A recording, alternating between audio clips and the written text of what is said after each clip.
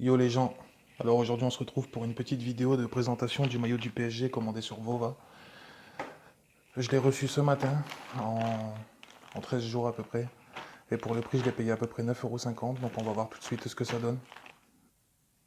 Donc on va commencer par l'emballage. Comme on peut voir, c'est les emballages qu'on reçoit habituellement quand on commande un maillot en Chine. Emballage Nike. Sur le dos il y a plein d'écritures différentes. Bref, c'est pas le plus intéressant. Alors pour être honnête avec vous, je l'ai déjà ouvert pour vérifier si c'était bien ça, puisque j'attends plusieurs colis. Hop, on va le mettre comme ça. Et on va commencer tout de suite par le signe Nike. Donc le signe Nike qui est plutôt bien fait, je trouve. Pas de fil qui dépasse, ça va. La qualité est pas trop dégueulasse de ce point-là. Ensuite ici on a le logo du Paris Saint-Germain, logo du PSG. Le seul truc qui est un petit peu embêtant, c'est qu'ici il y a deux petits fils qui dépassent. Je sais pas du tout comment je pourrais les enlever, mais je vais bien trouver un moyen. Donc le flocage,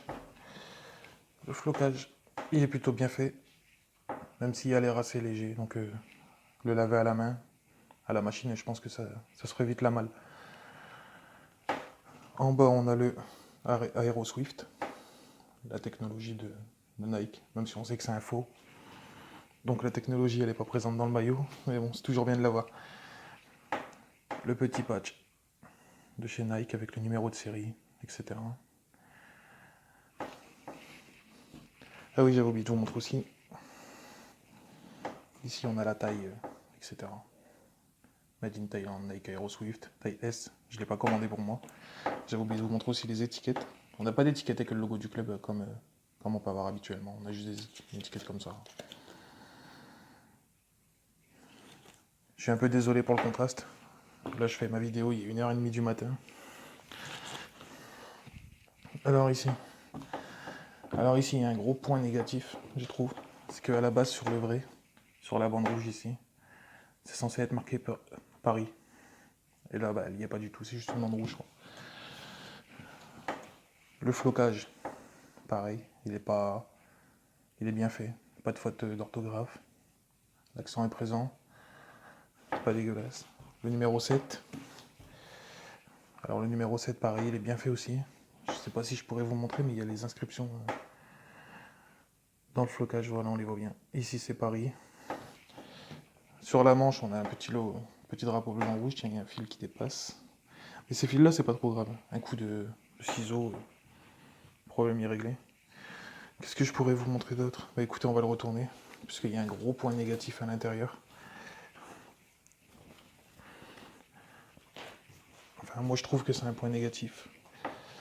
Mais bon, après pour le prix... Excusez-moi.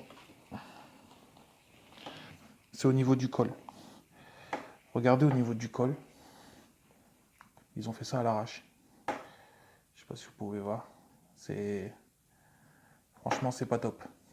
C'est vraiment pas top. Les cuissons, bon il n'y a pas trop grand chose à dire. 2-3 fils ici, mais ça se coupe. Sinon, dans l'ensemble, il tient bien. Bonne qualité. Pour le Nike, c'est pareil. Un fil ici, un coup de ciseau, c'est parti. Le tissu, ça va. Ça va. Ici, on a les étiquettes.